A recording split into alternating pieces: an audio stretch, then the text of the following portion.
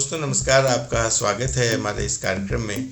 आज एक गंभीर समस्या को लेकर फिर आपके सामने उपस्थित हुआ हूँ और समस्या यह है कि योगी आदित्यनाथ जी जो उत्तर प्रदेश के मुख्यमंत्री हैं, उन्होंने पूरे प्रदेश में हलाल पर प्रतिबंध लगा दिया है, जो मेरे कई शांति प्रिय मित्रों को नज़रिए से पूर्णतः गलत है और अमानवीय है। और मैं भी इनके साथ हूँ। मुझे भी यह जो कदम है सरकार का दूरदर्शितापूर्ण नहीं लग रहा है।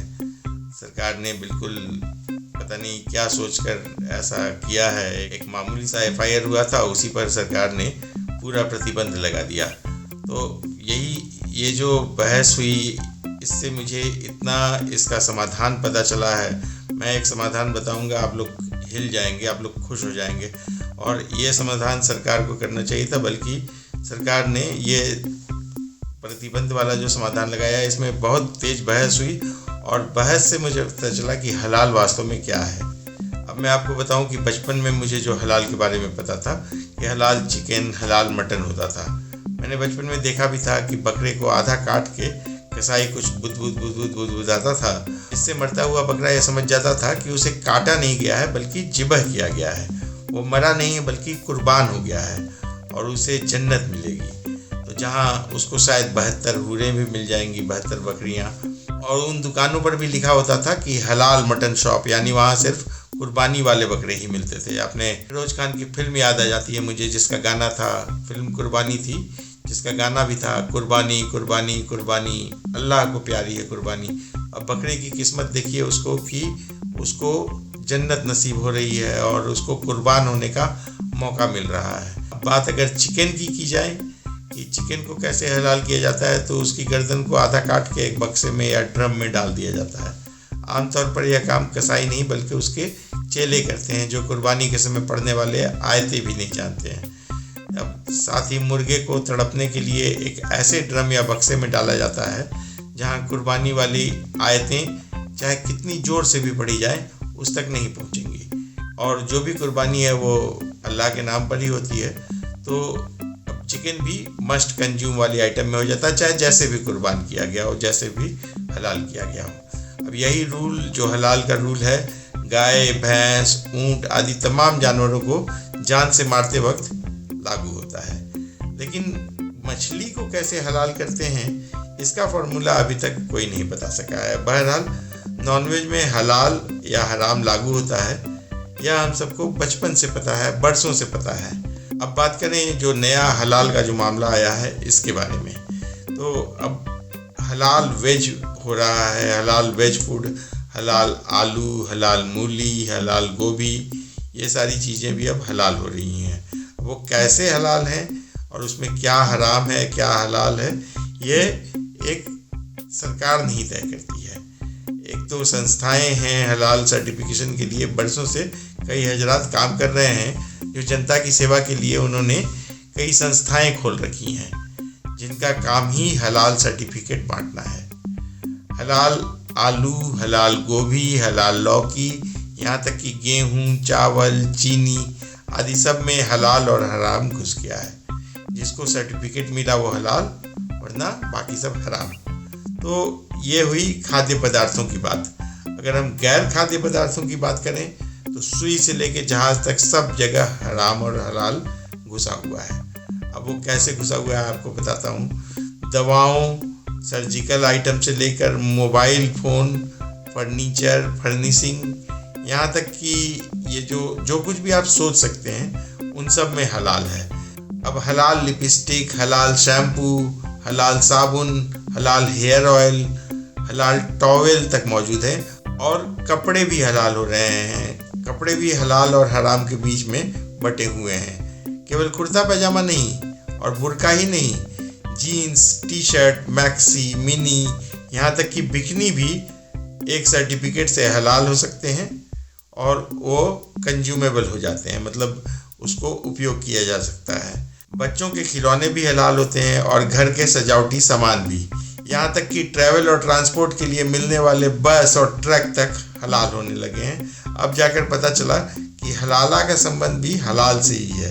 एक टीवी डिबेट में एक सज्जन कह रहे थे कि हलाला के बाद ही बेगमें हलाल होती हैं।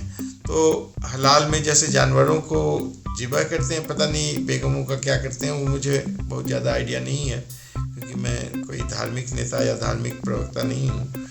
लेकिन मैं इसके स्कोप की बात कर रहा हूँ। इस हलाल का बिजनेस कैसे चल रहा है या चल सकता है, ये मैं आपको बता रहा हूँ कि बिल्डर लोग अपनी बिल्डिंग को भी हलाल करवा ले रहे हैं, हलाल सर्टिफिकेट दिलवा ले रहे हैं। और तो और एक डेटिंग वेबसाइट को भी हलाल सर्टिफिकेट मिला हुआ है। अब डेटिंग का हलाल से क्या संबंध है, आप लोग तय कीजिए ये। बहरहाल बात मैं कर रहा था शुरू में कि योगी जी ने उत्तर प्रदेश में हलाल प्रोडक्ट और हलाल सर्टिफिकेशन पर प्रतिबंध लगा दिया है। अब ये मुझे तो बिल्कुल पसंद नहीं है भाई। ये जो हलाल के बारे में जितना कुछ मैं जान गया हूँ, इतना कुछ जान गया हूँ, इससे मैं इतना उत्साहित हो गया हूँ कि इससे आइडिया लेकर एक बिजनेस आइडिया बनाया मैंने, वो आप लोगों से शेयर कर रहा हूँ। और सोचिएगा कि देखिए कितना फ़ायदे वाला बिजनेस है। और योगी जी को ये जो कदम है इसको वापस ले लेना चाहिए ताकि उनको भी फ़ायदा हो सके। मेरा ये आइडिया था कि ये जैसे हलाल सर्टिफिकेट की एजेंसियां चल रही हैं, वैसे ही मैं एक सर्टिफिकेट एजेंसी खोलूं और उसको हराम सर्टिफिकेट एजेंसी खोलूं।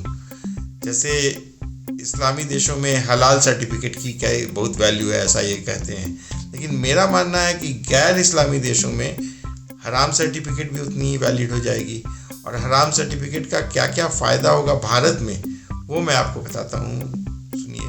मैं तो इस कारोबार को ध्यान में रखते हुए भारत भर की तमाम कंपनियों पर और कंपनियों के प्रोडक्ट्स पर हराम सर्टिफिकेट चिपका देता। अब उन लोग बेशक 2 लाख में, 6 लाख में, 5 लाख में बेच रहे हों, मैं कुछ हज़ार में बेचता।